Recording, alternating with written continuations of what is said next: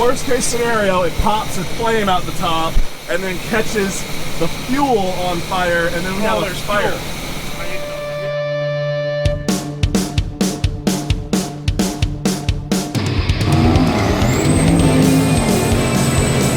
In the dungeon today, and as you can see, we've made some progress in here. We're doing some things.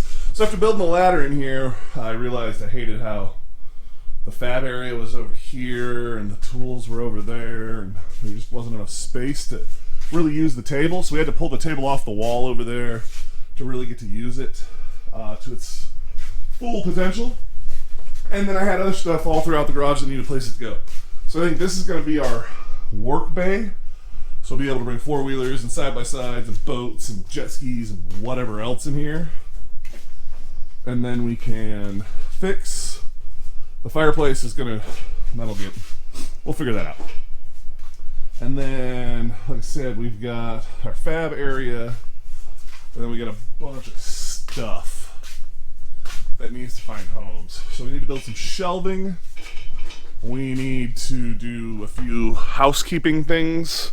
We need to find some homes for some of these boxes, the big totes. I think some of those are gonna end up underneath the workbench. I think it's going to be the way to go with that. So we're going to get into that, and then I'll show you where the progress goes. All right, so we've made some real progress in the old dungeon. As you can see, we got cleaned up a bit. There's still some stuff laying here and there, but got our steel rack up. Just made up some of these little brackets to hold up the steel. Nothing too crazy and special. And then got the four-wheelers over here I need to fix still. Dug the old shop chair out, and this will be our little spot here. Still need to find some missing pieces to the press, and probably find a better home for it in there, but I don't know, it might stay there, we'll see. Got the boxes put underneath the table. Moved the toolboxes back so we can have our vise on the end of the cart here and still leave a big enough area for the wheelchair to roll through. My dad needs to get in here. Got toolboxes here. Hung some stuff on the walls. Took down some of the whole growing stuff off the walls and whatnot. Exposed our vents. So these pull cold air from underneath the house and cool this whole shop, which is pretty awesome. And then I got the fab table set up here. Welders there. This was all pretty much done like that when we started. Or when I started the second rendition or whatever. I got that welder in this cart. So yeah, got my sheet steel and all that stuff behind here. Yeah, so we still have some more. I want to put some shelves up there, I think, and then get the last of all this crap back here put on shelves and make it to where this is usable space and not just stuff laying there. I got a 30 amp 110 outlet right here that runs off an RV plug that I want to pull over to the work table. Like when I run the saw and stuff like that, I won't be dimming the lights and whatnot. So, but yeah, so it's not done, but it is getting there. I mean, it's better, you know. So, you know, going through, we got piping and stuff like headers and stuff like that for LS motors. We've got straps, we've got spray cans, we got oil. Did some oil change. Did an oil change on the Z yesterday. I need to do one on the Toyota. So I went through and found all my oil that I've got laying around, which there is a crap ton of it in different weights. Because reasons. Yeah. Hoarder of things. I need to use that. So use some of that, get that done. I don't think I'll do a video on that, but yeah, so that's where we're at. Appreciate you guys checking in on this one. It's kind of just a short update video, nothing crazy, and we'll get back to it. So, all right, so today we are working on a leaky carburetor, something I don't know shit about, so this should be fun. So this big son bitch right here is got a big 454 in her, and there's a broken line in the back there that you can't see that I believe is part of the choke system. And it's making air leak and it's making it run like shit and leak fuel everywhere. So I'm about to yank this thing out of here and we'll figure out what the hell the problem is and see if we can get a new piece. So I'm gonna start yanking it apart and I'll show you what I got when I get it out of there.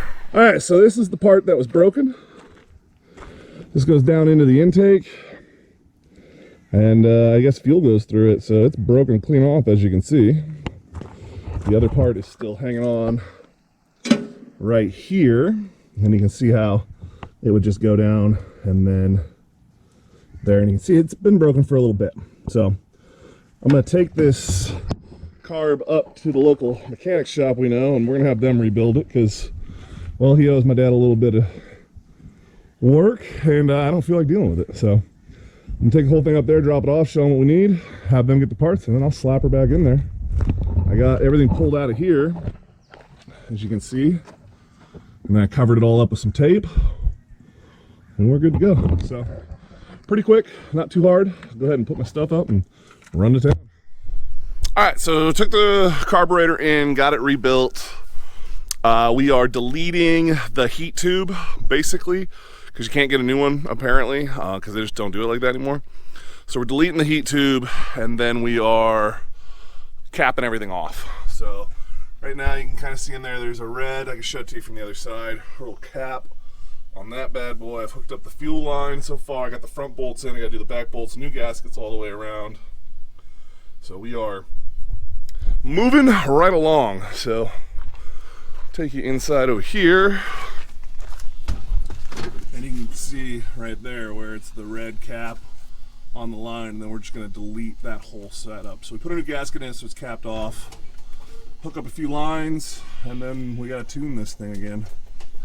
So we'll see where we get. I'll turn it back on for you. All right, got it all back together.